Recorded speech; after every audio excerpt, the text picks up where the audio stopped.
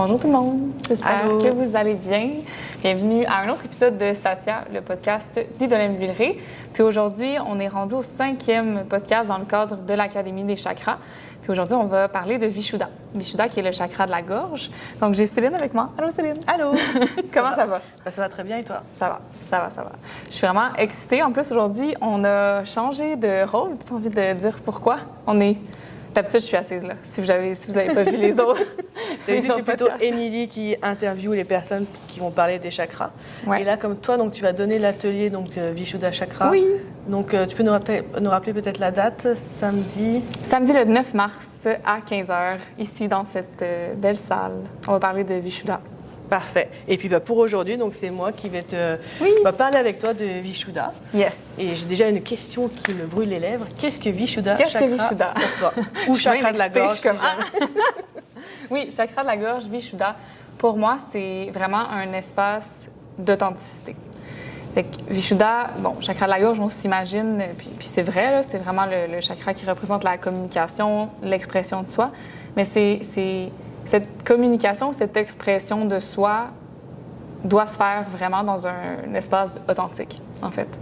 Fait que pour moi, Vishuddha, c'est surtout l'authenticité. OK. Ouais. C'est comme... C'est ici qu'on... Tous les autres chakras nous permettent quand même de s'installer dans une partie de nous-mêmes, que ce soit racine, nos ancêtres, notre matérialité, sacrée, la créativité, exprimer notre créativité, le cœur, bon. Mais quand on arrive à Vishuddha, c'est là qu'on arrive à s'exprimer dans le monde, laisser habiter dans le monde cette authenticité-là, la personne qu'on a établie jusqu'à présent.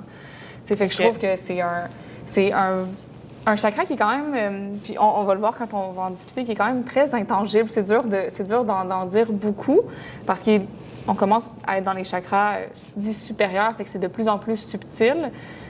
Mais il y a quand même quelque chose dans le monde, je suis comme je suis et je l'exprime et je l'assume d'une certaine manière. Fait que Vishuddha, c'est un gros chakra à explorer parce que c'est pas facile d'être authentique, de reconnaître son authenticité et de l'assumer suffisamment pour l'exprimer dans le monde. C'est quand même une pas pire tâche. Puis je trouve que l'authenticité, comme tu disais, on est sur les chakras supérieurs, donc c'est quelque chose de moins tangible. Tout comme l'authenticité, je trouve, parce que oui, tu as un côté très... On sait ce qu'est l'authenticité, puis on a tous envie de toucher au plus proche notre authenticité, mais il y a comme une partie, des fois, qui est un peu floue, ne serait-ce que par le regard qu'on a par rapport à nous-mêmes aussi. Parce que je peux avoir une perception de moi qui colle pas nécessairement ça. À la perception des autres, que les autres ont sur toi ou à comment réellement tu es dans le monde ou avec... Et tout ça, moi, quand on me parle du chakra de la gorge, c'est un peu tout ça, quoi. Ça me fait penser, c'est OK, donc je comprends le principe d'authenticité, s'affirmer, s'exprimer, mais comment, pourquoi, j'exprime quoi? Tu sais, il y a comme quelque chose un peu flou là-dedans. C'est vrai, puis je pense que c'est bien que ce soit un peu flou, justement, parce que ça laisse de la place. Ça laisse de la place à la multitude de cette authenticité-là. Puis ça laisse aussi de la fluidité de par le fait que être authentique, ça change. Être soi-même, ça change, ça se modifie avec le temps. Fait que faut pas non plus se coller dans une version de soi-même qui est fixe. OK. Donc toi, comment tu le décrirais un petit peu cet état? Je sais pas si on peut parler d'état, mais d'authenticité qui peut être en mouvement, comme ça. J'ai envie de dire, puis je vais après ça apporter des nuances, mais j'ai envie de dire que l'authenticité, c'est quelque chose ou un sentiment qui, quand il s'installe, il est simple, il est naturel. Je sais pas si ça fait du sens parce que quand on se sent authentique ou quand on veut s'exprimer de manière authentique, il y a une certaine simplicité. C'est pas comme... J'ai envie de dire que ça vient tout seul, pas tout le temps. Tu sais, des fois, le doute, puis c'est là ma nuance, c'est des fois le doute, douter de soi, douter de est-ce que ça vaut la peine que je le dise, cette chose-là, ou est-ce que réellement je me sens comme ça, ou c'est juste un automatisme. Ce doute-là, il est important, mais il y a aussi une dimension naturelle à l'authenticité. Comme si les choses sont cohérentes, finalement. Il y a une cohérence dans le... Je pense que cohérence, c'est vraiment un bon mot. On sent que c'est enligné avec nous-mêmes. Il n'y a pas de décalage. Il y a comme, c'est ça, une espèce de cohérence globale qui s'installe dans notre discours, dans nos actions. Vishuddha, congruence serait peut-être même encore le terme le plus... J'ai pas entendu. La congruence. Congruence, ouais. Moi, c'est un terme que j'ai découvert il n'y a pas très longtemps, mais tu sais, d'être congruent avec ce que je pense, ce que je ressens, ce que je fais. Ouais, exactement. D'être enligné. Puis être enligné, encore une fois, je réitère que des fois, on peut avoir l'impression qu'on est enligné, puis quand on prend un pas de recul, puis qu'on se met à y réfléchir, à s'analyser, on prend conscience que peut-être qu'on est dans des patterns qui sont automatiques, puis que c'est pas exactement être enligné. Fait que cette authenticité-là, puis c'est d'où la nuance qui est importante. Je pense que cette authenticité-là, elle se doit d'être réfléchie quand même. Elle se doit d'être consciente, d'être remise en question d'une manière pas nécessairement too much non plus, là, une remise en question qui est saine, qui c'est juste en fait un check-up, genre. Se permettre de se faire des check-up. Ah, est-ce que je suis à la bonne place? Est-ce que je suis là où j'ai envie d'être? Est-ce que je me sens bien dans où je suis? Aussi simple que ça. Puis avec le chakra de la gorge, souvent, j'entendais aussi parler de vérité quelque part. Donc, est-ce que je suis dans ma vérité, peut-être? Oui, le chakra de la gorge, on peut vraiment parler de Satya, en fait, qui est le titre de notre podcast, puis qui était le thème de notre premier épisode, Satya, qui se traduit par vérité, mais que j'aime beaucoup utiliser le terme honnêteté, parce que ça permet à la vérité d'être multiple. Tout le monde a sa propre vérité. Puis il y a vraiment ça dans Vishuddha, c'est le fait d'exprimer, puis de laisser s'exprimer sa propre vérité. Fait que ça aussi, ça vient avec d'accepter et de respecter la vérité des autres. D'être capable de s'installer dans un espace d'écoute. Puis Vishuddha, on parle beaucoup d'expression parce que c'est la gorge, fait qu'on s'imagine beaucoup la parole, s'exprimer. On va y revenir, il y a d'autres manières de s'exprimer aussi, mais il y a le plus important, en fait, c'est l'écoute dans Vishuddha. L'écoute? Oui. OK. Puis ça me fait penser à le fait que il y a toujours un élément qui est associé à chacun des chakras. Puis l'élément de Vishuddha, c'est l'éther, l'espace. Ouais. L'espace entre les choses, le son, la résonance. OK, donc c'est pas l'air. Non, l'air, parce que c'est vraiment encore comme si l'air, quelque part, on pouvait être palpable. Et l'éther, ça l'est encore moins. Est-ce qu'on peut dire ça comme ça? Ou... Oui, c'est vraiment... je veux dire, le chakra racine, c'est la terre. Le plexus solaire, c'est le feu. Puis là, on est dans l'éther. Le vide, l'espace. Oui, c'est tout ce qui n'a pas de nom. C'est ce que j'allais dire. C'est tout ce qui... OK. Oui, fait qu'on commence vraiment à être quand je dis qu'on est dans le subtil puis dans l'intangible, bien, on le voit dans cette notion-là aussi, l'éther, l'espace, j'aime dire la résonance quand on s'exprime. Il y a comme cette espèce de frappement. Je sais pas... Ça fait du sens ce que je veux dire. Le son, en fait, que ça fait. Là. Le son, il y a cette espèce de frappement, ça résonne. Ça peut résonner en nous, mais pour que ça puisse résonner en nous, il faut être à l'écoute. Tu peux pas être en train de parler par-dessus la personne. Sinon, ce que la personne va dire, ça ne va pas avoir le même impact. Ça ne va pas résonner, ça ne va pas occuper l'espace parce que tu l'occupes, parce que tu es en train de parler. Ah ouais. Et puis même, quand tu parles d'écoute, écoute de soi aussi. Je ne vais pas toujours revenir à soi, mais je trouve qu'il y a quand même cette dimension-là. Super, super importante d'écouter. Bon, troisième œil, on arrive plus dans l'intuition, mais on est capable d'écouter son intuition parce qu'on a installé peut-être Vishuddha, tu sais. Mais cette écoute de soi. D'essayer d'instaurer ce fameux silence pour s'écouter. Oui, tout à fait. Le silence dans l'écoute de l'autre, mais le silence définitivement dans l'écoute de soi aussi, parce que je pense que c'est comme ça qu'on arrive à voir son authenticité ou se réaligner avec soi-même quand il y a des moments de suspens. Puis c'est ça aussi, l'éther, c'est comme l'espace, les moments de suspens qui sont nécessaires pour l'écoute. Tu sais, même des fois, on a l'impression que tout va trop vite dans la vie, nos obligations, etc. Puis avoir un petit temps de silence pour se recalibrer, comme tu disais tout à l'heure. Est-ce que je suis toujours en lignée? C'est tellement nécessaire, ça. Est-ce que tu le fais? Alors, pendant très longtemps, je ne le faisais pas du tout. Je voyais même pas la nécessité de prendre ce temps-là. Et maintenant, je le fais de manière régulière. Puis il y a quand je le fais, où je décide de m'installer dans du silence. Et puis il y a toutes les fois où en fait, on se rend même plus compte.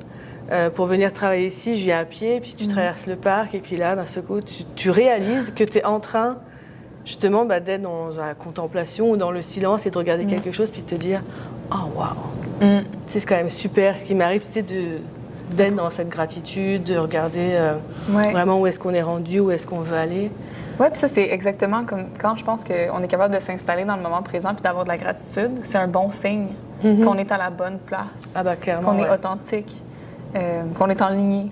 Ben, c'est comme si on a l'éther de le faire à ce moment-là. Non, mais c'est un espace qu'avant, je n'avais pas parce que j'étais tout le temps en train de courir à droite, à gauche, de répondre aux obligations et à ce qu'on attendait de moi. Tandis que là, quand tu es plus aligné, j'ai envie de dire, tu t'écoutes un peu plus, bah ouais, tu as plus l'espace de prendre ce petit temps et d'accueillir finalement. Oui, d'accueillir. Ouais. Point. Finalement, comment je vais finir ma phrase? Mais juste d'accueillir, je trouve que c'est une bonne manière de le voir, d'accueillir qui on est, d'accueillir tout ce qu'il y a autour de nous aussi. Ouais. Moi, je trouve ça dur. Ouais. Je trouve ça dur de prendre ce temps-là. Le silence... En plus, je suis super bien dans les silences. Mais je sais pas, on dirait que... J'essaie de le faire. J'essaie de prendre le temps. Le moment où j'arrive le plus à le faire, c'est quand je fais du yoga. Ouais. Où il y a un silence qui s'installe. Puis je suis capable de prendre des moments de pause. Le fameux Shavasana. C'est miraculeux, cette chose. Pour plein de raisons. Oui. Mais c'est difficile de prendre ce temps-là pour se réaligner, contempler. Je pense que quand je le fais, c'est quand je suis ici. Ouais. Quand je suis ici les après-midi, puis c'est plus tranquille, puis là, je réponds à des courriels, ou je fais des petits trucs, puis à un moment donné, je m'arrête. Puis on dirait que je sors quasiment de moi-même, je suis comme, ah, je suis ici. Je suis bien. Tout va bien, ouais. Tout va bien. Il n'y a rien, tu sais, comme, tout va bien. OK, je peux continuer. Ce petit temps-là de recul, il est bénéfique et important. Et de toute façon, tu disais tout à l'heure qu'il y avait plusieurs moyens aussi d'exprimer, donc peut-être que le silence, c'est peut-être pas toi ton outil numéro 1. Oui. Non, c'est ça. Vishuddha, il y a plusieurs manières. Je pense que l'écoute, c'est ce qui est le plus important. Fait que quelqu'un qui voudrait commencer à travailler Vishuddha, ce serait la première chose, avant même l'expression de soi, j'ai envie de dire. Parce que c'est vraiment ce qui nous permet d'entendre et d'être là. Puis de peut-être voir aussi où est-ce qu'on est avec les sons extérieurs, si c'est où on a envie d'être. T'sais, ça peut être un bon gage de l'intérieur aussi. Oui. Tu parlais de résonance tout à l'heure. Oui. C'est comme si là, le mot pop, est-ce que ça résonne avec moi? Tout ce que j'entends de l'extérieur, tout... Exactement. Ouais. Fait que l'écoute en premier. Mais après, si on veut s'engager dans une expression de soi, ça peut se faire de tellement de manières. T'sais, moi, je sais que l'écriture. L'écriture, pour moi, c'est vraiment ma manière préférée de m'exprimer. À l'oral, j'ai pas toujours le discours le plus clair. Parce que, à l'oral, ça va vite. Il y a un certain automatisme qui s'installe. Fait que des fois, c'est dur d'être clair. Puis c'est pas donné à tout le monde non plus d'être des bons orateurs, là. Fait que l'écriture, moi, c'est quelque chose que je trouve vraiment intéressant parce que tu peux prendre le temps de choisir tes mots, de construire des phrases. Puis ça peut devenir très littéraire, très poétique. Fait que j'aime beaucoup l'écriture. Ça peut être toutes les formes d'art. Ça peut être la danse, la musique, la peinture, etc. Il y a vraiment beaucoup de manières d'exprimer Vishuddha. C'est pas même le yoga, le mouvement. Ouais. C'est une manière d'exprimer Vishuddha, de s'exprimer dans le monde, d'exprimer qui on est. Ça n'a pas besoin de passer par la parole. Fait qu'il y a beaucoup de manières d'être dans son authenticité. C'est pas juste de dire les choses. Ouais. Et moi, je pense que c'est un peu là, c'est le mot exprimer. Parce que moi, dans mon agenda, exprimer, c'est je dis, puis l'autre entend quelque part. Je ne sais pas si tu vois ce que je veux dire, mais il y a comme une intention de dire quelque chose. Ouais. Puis de le crier haut et fort, genre entendez, je m'exprime. Alors que là, j'ai l'impression, en parlant de Vishuddha, ça peut être aussi, je m'exprime, mais au monde, mais de manière, même si personne n'entend. Je ne sais pas si ça marche aussi dans ce sens-là. Ou Tout à fait. Je pense que c'est même encore plus authentique de s'exprimer sans avoir l'attente d'être entendu. OK. Tu sais, comme de juste se laisser être. Juste faire, être, voilà. Juste être. Oui. S'installer dans une présence avec soi-même, puis se permettre d'être. Puis si on est entendu, tant mieux. Ouais. Puis si on ne l'est pas, ben je pense qu'on a fait notre part en se laissant s'exprimer comme on est. Mais il y a aussi beaucoup dans Dans Vishuddha, il y a aussi beaucoup de la reconnaissance de ses limites. Nommer ses limites, mettre ses limites. Fait que ça, c'est sûr que ça passe plus par la parole. Puis c'est quelque chose d'important à travailler, je pense. Mais il y a d'autres manières aussi de s'exprimer. Mais nommer ses limites, mettre ses limites, ça fait vraiment partie de Vishuddha. C'est un espace qu'on dit de non-dualité, où il n'y a pas de bon, de mauvais, de vrai, de faux, hein, parce que la vérité, elle est multiple, c'est ma vérité. Fait que ma vérité, c'est la mienne, elle n'est pas bonne ou mauvaise de manière universelle. Tu sais, c'est ma vérité. Fait qu'en ce sens-là, c'est un espace de non-dualité où on peut s'exprimer, reconnaître ses limites et nommer ses limites. Et puis c'est vrai qu'on parle beaucoup de vérité, mais tu sais, il y a aussi le mot arrêter de se mentir. Ouais. C'est de mensonge, de se mentir à nous-mêmes. Ouais. Vas-y. Tu sais, moi, pendant longtemps, puis je suis pas mal sûre que je suis pas la seule dans cette situation-là, où pour pouvoir survivre, entre guillemets, ben, on se ment un peu à nous-mêmes. Ouais. Tu sais, en disant, mais oui, je suis bien dans cette situation, quoi que ce soit. Je pense. Et puis là, ça doit pas aider beaucoup notre chakra, j'imagine. Non. non, clairement, parce qu'on n'est pas avec nous-mêmes, on n'est pas en ligne, on n'est pas authentique. Fait que, il y a, comme on disait, ces check-ups-là que je pense qui sont nécessaires quand on veut se mettre à travailler Vishuddha, le chakra de la gorge. Puis il y a une notion en philosophie du yoga qui s'appelle les samskaras. Puis j'avais une prof qui disait que les samskaras, c'est comme des pistes de ski. C'est des patterns cognitifs, des patterns mentaux. Excusez mon anglicisme, pattern des... En tout cas, l'image de traces de ski, pour moi, ça fait vraiment beaucoup de sens. C'est comme le ski de fond. Il y a tout le temps des traces. Puis on repasse toujours à travers les mêmes traces parce que c'est connu, c'est facile. On sait qu'elles sont bien, qu'elles sont de la bonne grosseur pour nos skis. Puis il y a quelque chose de connu et de rassurant. Puis ces samskaras-là, ces traces-là dans la neige, ils ont une raison d'être. Ils ont servi à se rendre où on voulait aller à quelque part. Mais il y a un moment donné où peut-être que maintenant, c'est plus le bon chemin pour se rendre où on veut aller. Ou peut-être qu'on veut même plus se rendre à cette place-là. Il faut emprunter un nouveau chemin, faire des nouvelles traces. C'est correct que des traces se fassent parce que comme je disais, il y a une certaine valeur à prendre un chemin qui, des fois, est simple, facile, puis... qui est utile, on essaie de se c'est ça, qu'on sait qu'il va fonctionner. Mais il y a un moment donné où ça ne fonctionne plus, puis il faut en prendre conscience de ces samskaras-là. C'est comme des empreintes cognitives. Empreintes, c'est un meilleur mot que pattern, mais vous comprenez ce que je veux dire? Fait que c'est pour ça que tantôt je disais que Vishuddha, c'est un travail qui est réfléchi et conscient, mais ça n'a pas le choix de l'être si on veut se prendre conscience de ces empreintes-là, puis de choisir, est-ce que ça me sert encore ou est-ce que je veux lâcher? Est-ce que c'est encore moi de réagir comme ça à une situation?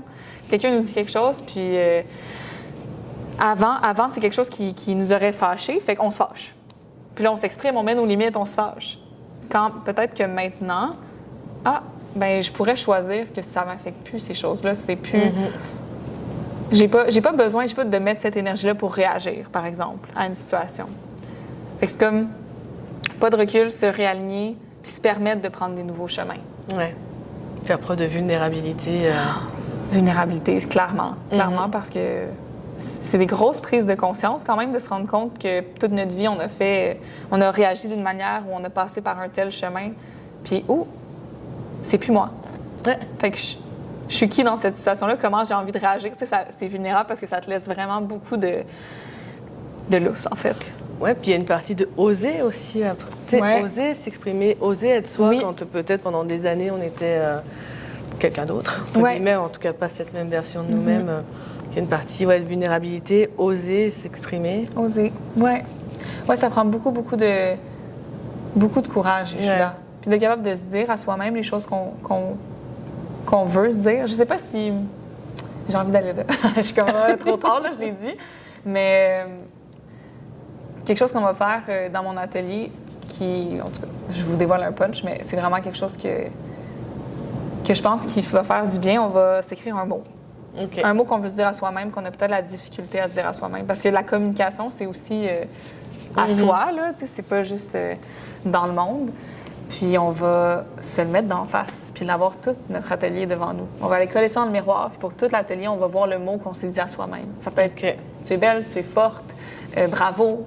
Tu sais, quelque chose qui, des fois, c'est dur à nommer, puis on va le mettre dans le monde, on va l'exprimer hors de nous, puis se le renvoyer à soi-même. Puis je pense que ça, c'est une des manières de commencer à s'exprimer, puis à s'assumer, puis à prendre sa place. Puis, tu sais, il y a toute cette dimension-là aussi dans Vishuddha. S'assumer. S'assumer. Ce mot, j'adore ce mot. Je trouve que, parce qu'il y a une notion là-dedans où peu importe en gros qui tu es, tant que tu t'assumes là-dedans, c'est parfait. T'es toi, t'es authentique. Voilà. Et puis tu vas être reçu, je pense, du moment que tu t'assumes, que tu es authentique, tu vas être reçu par les autres de toute façon. Je sais pas si, oui, tu vas être reçu, puis après, c'est correct aussi que tu sois pas le genre de personne pour tout le monde. Ah non, mais ça c'est évident. Ouais. Oui, oui. il y a comme quand on s'assume, il y a cette acceptation-là aussi. Exactement. On accepte qu'on est qui on est, puis les gens vont nous voir pour la personne qu'on est, puis vont choisir si c'est une personne avec qui ils ont envie de passer du temps ou pas, mais comme moi, je suis bien avec moi-même. Ouais. Puis c'est correct, ça, tu sais. Donc ça, c'est le chakra équilibré, j'imagine. Oui, c'est ça. Bien, le chakra équilibré, c'est ça. C'est l'expression de soi, l'authenticité, la communication claire. Fait que ça, c'est quand même difficile. C'est sûr que quand on parle de communication claire, on peut peut-être faire emphase sur le discours oral aussi, être clair quand on met ses limites, quand on nomme les choses. C'est difficile quand même, être clair. Puis j'imagine que c'est en mouvement de toute façon, en permanence. Le matin, ça peut être super. Ouais. Puis le soir, un peu moins. Oui, puis un chakra de la gorge déficient ou déséquilibré, ça peut être plein de choses. Ça peut être quelqu'un qui s'exprime beaucoup, qui parle beaucoup, qui n'a pas d'écoute, qui est très, très dans le « je dis ce que j'ai besoin de dire, je nomme toujours mes limites, il n'y a pas de discernement de « je choisis quand est-ce que je m'exprime, je prends le temps d'écouter ». Il n'y a pas cette distance-là. C'est comme nommer, parler beaucoup. Donc, tous et toutes déjà eu quelqu'un comme ça dans notre vie qui prend l'espace, puis qui en prend peut-être trop. Parce que cette personne-là a le besoin de s'exprimer. Fait que ce serait un chakra Vishuddha qui est trop ouvert, qui a trop d'énergie qui passe à travers le chakra. Puis un chakra plus fermé, bien, ça peut être des gens qui ont de la misère à mettre leurs limites, qui ont de la misère à s'exprimer, qui ne parlent pas beaucoup, qui s'effacent. Il y a aussi toute la question du bégaiement. Ouais. De bégayer aussi, que ça peut être un chakra Vishuddha qui est comme un peu plus fermé, il n'y a pas beaucoup d'énergie qui passe, fait que c'est dur de s'exprimer de manière claire. Ouais, ce serait comme les deux pôles de Vishuddha, puis là au centre, tu as quelque chose d'équilibré, mais c'est vrai, c'est important de le dire. Une fois que tu as équilibré ton chakra, c'est pas fait pour la vie, là. J'imagine que dépendamment aussi des sphères de notre vie aussi, ouais. Il y en a peut-être dans certaines où j'ai aucun problème à dire, à m'exprimer, puis dans d'autres, ou certaines personnes aussi avec qui c'est plus difficile. Des personnes avec qui on sent l'espace de nommer les choses, on sent l'écoute. D'autres personnes où on le sent moins, c'est plus difficile de prendre sa place puis de s'assumer. C'est vrai que l'autre est quand même très impliqué aussi dans Vishuddha, parce que finalement...